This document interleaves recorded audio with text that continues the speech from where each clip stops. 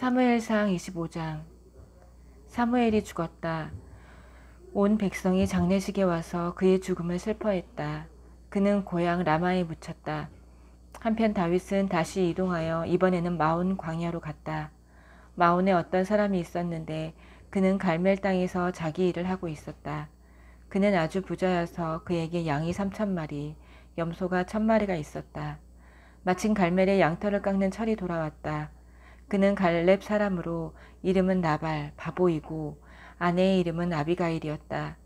여인은 똑똑하고 아름다웠으나 남편은 잔인하고 야비했다.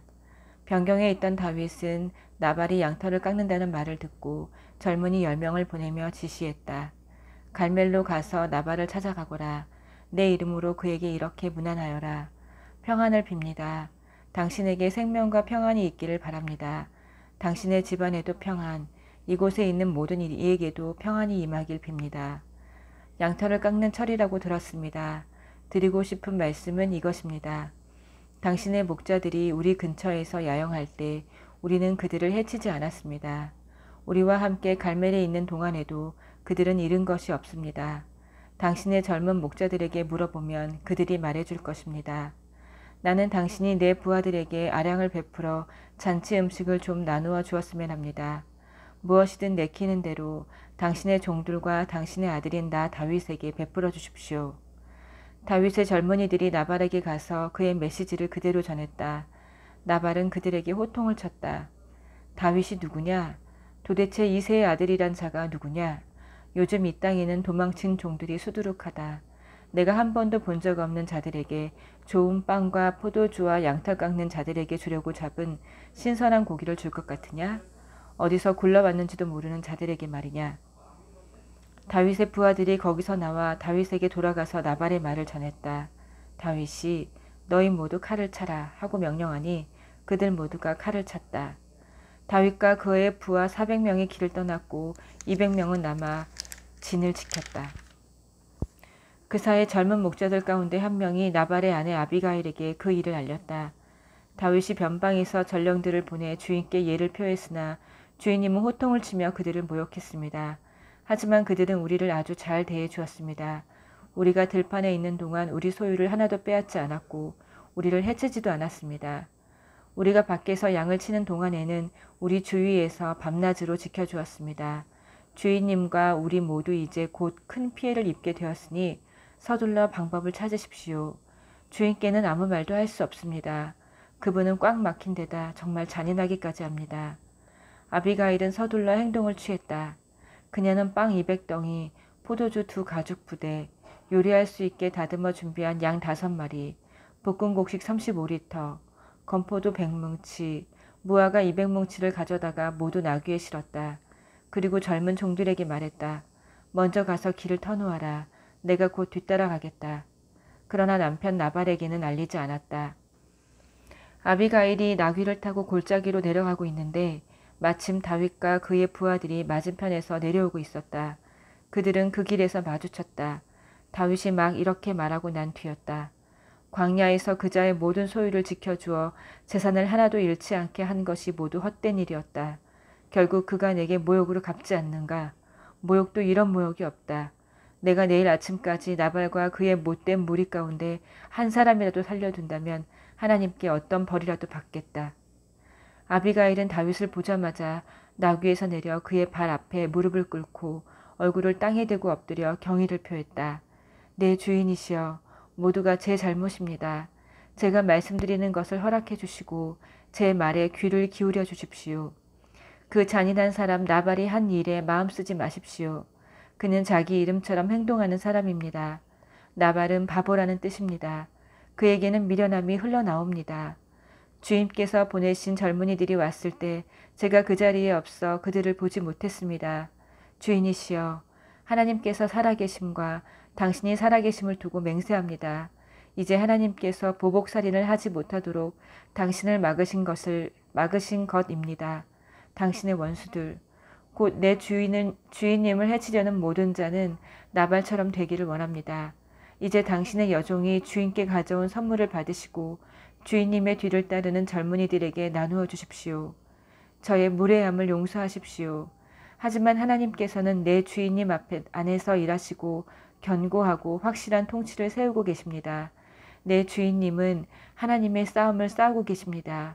주인께서 사시는 날 동안에는 어떤 악도 주인께 달라붙지 못할 것입니다. 누가 당신의 길을 막고 당신을 그 길에서 밀어내려 한다면 이것을 아십시오. 하나님이 높이시는 당신의 생명은 하나님이 지키시는 생명 주머니에 꼭 쌓여 있다는 것을. 그러나 당신 원수들의 생명은 물매로 돌을 던지듯 내던져질 것입니다.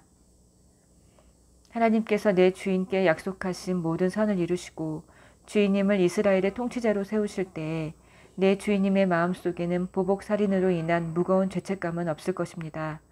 하나님께서 내 주인님을 위해 일이 잘되게 하시거든 저를 기억해 주십시오. 그러자 다윗이 말했다. 하나님 이스라엘의 하나님이여 찬양받으소서. 하나님께서 그대를 보내어 나를 맞이하게 하셨소. 그대의 분별력에 복이 임하기를 빕니다. 나를 막아 살인하지 못하게 하고 또 이렇게 앞장서서 나를 찾아와 준 그대를 축복하오. 하마터면 큰일 날 뻔했소. 그대를 해치지 못하게 나를 막으신 하나님, 이스라엘의 하나님의 살아계심을 두고 맹세하오. 그대가 이렇게 급히 와서 나를 막지 않았다면 아침에 나발에게 남은 것은 시체뿐이었을 것이오. 다윗은 그녀가 가져온 선물을 받고 말했다. 평안히 집으로 돌아가시오. 그대의 말을 잘 알아들었으니 그대가 요청한 대로 행할 것이오. 아비가일이 집에 돌아가서 보니 나발은 큰 잔치를 베풀고 있었다. 그는 잔뜩 흥이 난 데다가 흠뻑 취해 있었다. 그녀는 날이 밝을 때까지 자기가 한 일을 그에게 일절 말하지 않았다. 아침이 되어 나발이 술이 깨자 그녀는 그 사이에 있었던 모든 일을 알렸다. 그러자 나발은 곧바로 심장 발작을 일으켜 혼수 상태에 빠졌고 열흘 후에 하나님께서 그를 죽게 하셨다. 다윗은 나발이 죽었다는 소식을 듣고 말했다. 나발의 모욕 앞에서 내 편이 되어주시고 나의 악한 행위를 막으셔서 나발의 악이 그에게 되돌아가게 하신 하나님을 찬양합니다. 그 후에 다윗은 아비가일에게 사람을 보내 그녀를 아내로 삼고 싶다는 뜻을 전했다. 다윗의 부하들이 갈멜로 아비가일을 찾아가서 말했다. 다윗 어른께서 당신을 아내로 삼고자 하여 모셔오라고 우리를 보냈습니다. 아비가일은 일어나 얼굴을 땅에 대고 절하며 말했다. 나는 당신의 종이니 당신이 원하는 일이면 무엇이든 기꺼이 하겠습니다. 내 주인님을 따르는 종들의 발이라도 씻기겠습니다. 아비가일은 머뭇거리지 않았다. 그녀는 나귀를 타고 자기를 시중두는 여종 5을 데리고 다윗의 부하들과 함께 다윗에게 가서 그의 아내가 되었다. 다윗은 이스라엘의 아히노암과도 결혼했다. 두 여인 모두 다윗의 아내였다. 사울은 다윗의 아내 미갈을 갈림 사람 라이스의 아들 발디에게 시집 보냈다. 26장 10사람 몇 명이 기브아로 사울을 찾아와서 말했다. 다윗이 여시몬 맞은편에 있는 하길라 산에 숨어 있는 것을 아십니까? 사울은 즉시 일어나 최정예 부하 3,000명을 이끌고 그 황량한 사막에 있는 다윗을 잡으려고 10광야로 떠났다. 그는 여시몬 맞은편에 있는 하길라 산길 옆에 진을 쳤다. 아직까지 변경에 머물던 다윗은 사울이 자기를 뒤쫓아온 것을 알았다. 다윗은 정탐꾼들을 보내어 그가 있는 정확한 위치를 알아냈다. 그 후에 사울이 진을 친 곳에 가서 사울과 그의 군사령관인 넬의 아들 아브넬이 머물고 있는 것을 직접 보았다. 사울은 군대에 둘러싸여 진 안에 안전하게 있었다.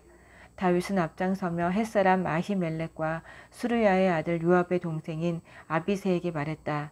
누가 나와 함께 사울의 진에 들어가겠소? 아비새가 낮은 목소리로 말했다. 제가 가겠습니다. 다윗과 아비새가 밤중에 적진에 들어가 보니 사울이 진 한가운데서 몸을 뻗고 누워 잠들어 있었다. 사울의 머리맡에 그의 창이 꽂혀 있고 아브넬과 군사들은 그의 주위에서 곤히 자고 있었다. 아비새가 말했다. 드디어 때가 왔습니다. 하나님께서 장군의 원수를 장군께 넘겨주셨습니다. 제가 저창으로 그를 찔러 땅에 박겠습니다. 한 번만 내리꽂으면 됩니다. 2번도 필요 없습니다. 그러나 다윗은 아비새에게 말했다. 그를 해치지 마라. 하나님의 기름 부음 받은 자에게 해를 입히고 무사할 사람이 누가 있겠느냐. 다윗이 말을 이었다. 하나님께서 살아계심을 두고 맹세하는데 그분이 그를 치시든지 때가 되어 그가 집에서 죽든지 아니면 전투에서 전사할 것이다.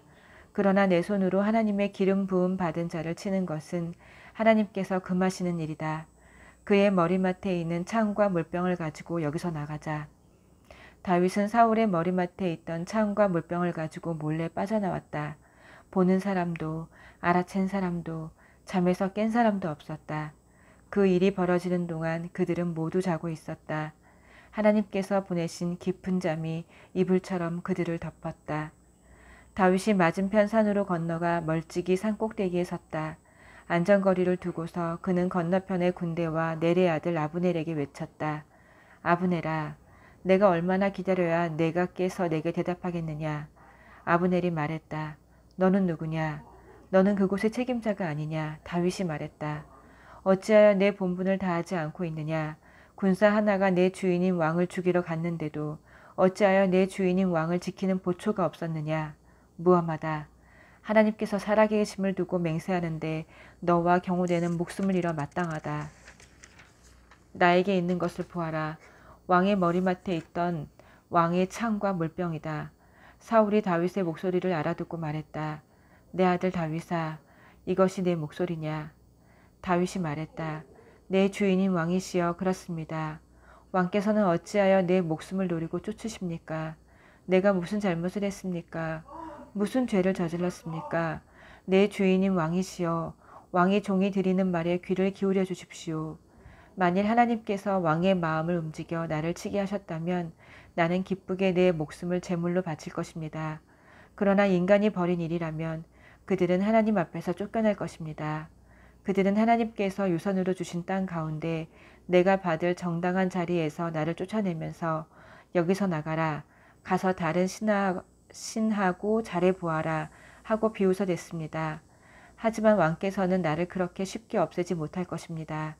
왕께서는 내가 살아있을 때든 죽은 다음에든 하나님과 나 사이를 갈라놓지 못할 것입니다. 말도 안 되는 일입니다. 이스라엘의 왕이 벼룩 한 마리에 집착하시다니요. 메추라기에 지나지 않는 나를 잡기 위해 이렇게 산에까지 쫓아오시다니요. 사울이 고백했다. 내가 죄를 지었구나. 내 사랑하는 아들 다윗아, 돌아오거라. 다시는 너를 해치지 않겠다. 오늘 너는 나를 귀히 여겨 내 목숨을 지켜주었다. 내가 어리석었다. 바보처럼 못나게 굴었구나. 다윗이 대답했다. 여기 내가 무엇을 가지고 있는지 보이십니까? 왕의 창입니다. 왕의 신하들 가운데 한 사람을 보내어 가져가게 하십시오. 정의와 신의에 따라 우리 각 사람에 대한 처분을 내리실 분은 하나님이십니다. 오늘 하나님께서 왕의 목숨을 내 손에 넘기셨지만 나는 하나님의 기름 부음 받은 자를 내 손으로 칠 생각이 없었습니다.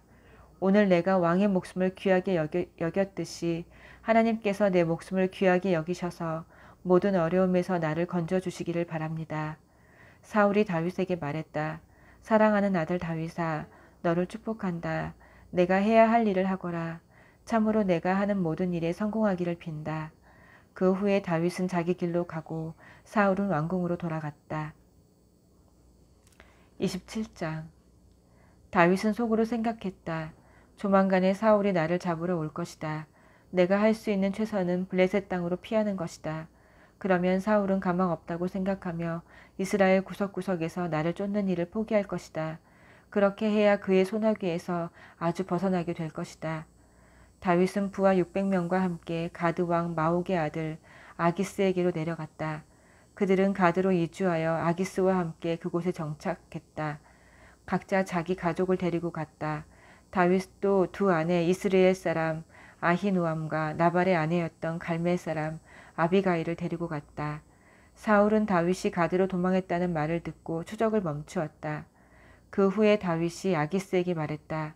왕께서 괜찮으시다면 지방의 마을들 가운데 하나를 내게 주십시오. 왕의 종에 불과한 내가 왕이 계신 성읍의 자리를 차지하고 있는 것이 옳지 않은 듯합니다. 그러자 아기스는 그에게 시글락을 주었다. 그렇게 해서 시글락은 지금처럼 유다의 성읍이 되었다. 다윗은 1년 넉 달 동안 블레셋 땅에서 살았다. 다윗과 그의 부하들은 이따금씩 그술 사람, 기르스 사람, 아말렉 사람을 습격했는데 이들은 오래전부터 수르에서 이집트에 이르는 지역에 거주하고 있었다. 다윗은 한 지역을 공격할 때 남녀 할 것 없이 아무도 살려두지 않았으나 양과 소, 나귀, 낙타, 옷 등 나머지 것은 모두 전리품으로 취했다. 그러고 나서 그가 아기스에게 돌아오면 아기스는 오늘은 어디를 습격했소? 하고 묻곤 했다. 그러면 다윗은 유다 땅 네겝입니다. 라든지 여라무엘 사람의 네겝입니다. 겐 사람의 네겝입니다. 하고 대답했다. 행여 누구라도 가드에 나타나 다윗이 실제로 무슨 일을 했는지 보고할까 싶어 그는 단 한 사람도 살려두지 않았다. 블레셋 땅에 사는 동안 다윗은 늘 그런 식으로 일을 처리했다. 아기스는 다윗을 온전히 신임하게 되었다. 아기스는 그가 이토록 자기 백성에게 미움받을 행동을 했으니 영원히 내 진에 머물 것이다 하고 생각했다. 아멘.